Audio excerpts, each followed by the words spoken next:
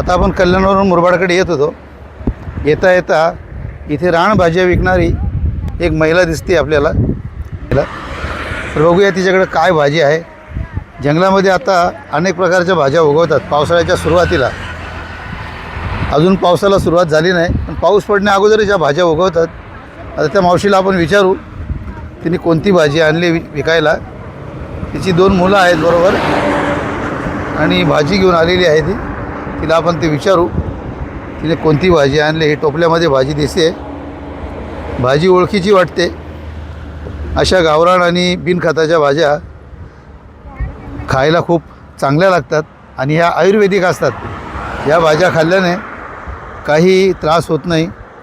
आम्ही थांबलो म्हणून अजून एक गाडी समोर थांबलेली आहे आणि ते पण भाजी घ्यायला मला वाटतं आलेले आहेत. बघूया ते काय करतात, भाजी घेतात की कसं काय ते.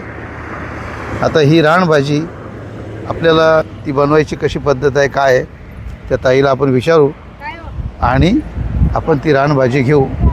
चला मावशी, काय विकायला आणलंय तू? शेवली. शेवली?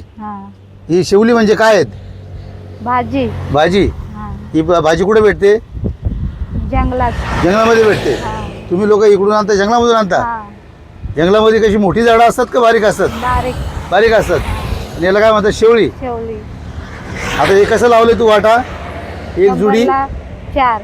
हा, 100ला 4. 100 रुपयाला 4 जोडी, म्हणजे 25 रुपयाला एक जोडी झाली.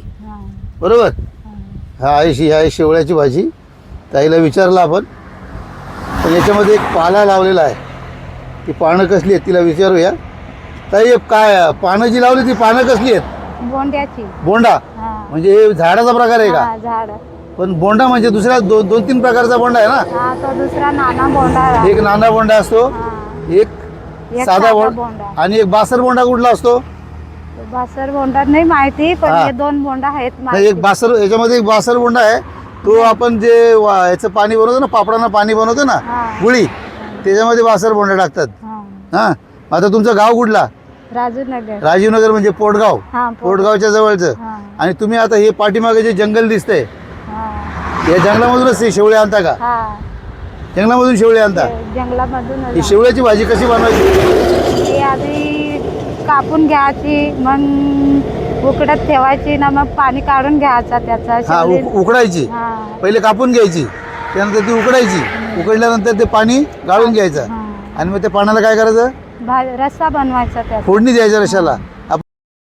ह्या ताईने जो बोंड्याचा पाला त्या जुडीबरोबर बांधलेला आहे, तो पाला ही भाजी साफ करून ज्यावेळेस उकळायला ठेवतात, उकळताना तो पाला त्यामध्ये टाकतात. म्हणजे तो भाजीबरोबर उकळला की ही भाजी जर खाजवत असेल तर तो पाला टाकल्याने ती खाजवत नाही. म्हणून त्या पाल्याचा उपयोग या भाजीमध्ये केला जातो.